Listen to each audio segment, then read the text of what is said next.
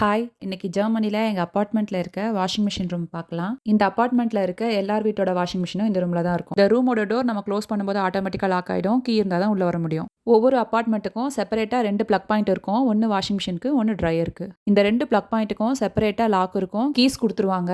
நம்ம மெஷின் போடும்போது அத ஓப்பன் பண்ணி யூஸ் பண்ணிட்டு, வேலை முடிஞ்சதும் ஒயர டிஸ்கனெக்ட் பண்ணிட்டு நம்ம லாக் பண்ணி வச்சுக்கலாம். மோஸ்ட்லி யாரும் லாக் பண்ண மாட்டாங்க. அப்படியே தான் இருக்கும். வாஷிங் மிஷின் கீழயும், ட்ரையர மேலயும் வச்சிருப்பாங்க. சிலர் ட்ரையர் யூஸ் பண்ணுவாங்க, சிலர் யூஸ் பண்ண மாட்டாங்க. ட்ரையர் இருந்தா ஈஸியா தான் இருக்கும். அப்படி இல்லன்னா துணிய வந்து நம்ம தனியா ஸ்டாண்ட் வச்சு வீட்டுக்குள்ள தான் காய போடுற மாதிரி இருக்கும்.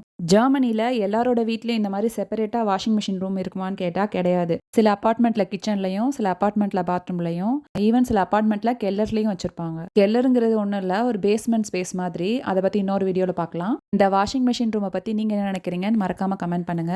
ஜெர்மனி பத்தி இன்னும் இன்ட்ரெஸ்டிங்கான இன்ஃபர்மேஷன் தெரிஞ்சுக்க மறக்காம நிலா டேல்ஸ சப்ஸ்கிரைப் பண்ணுங்க. பாய்.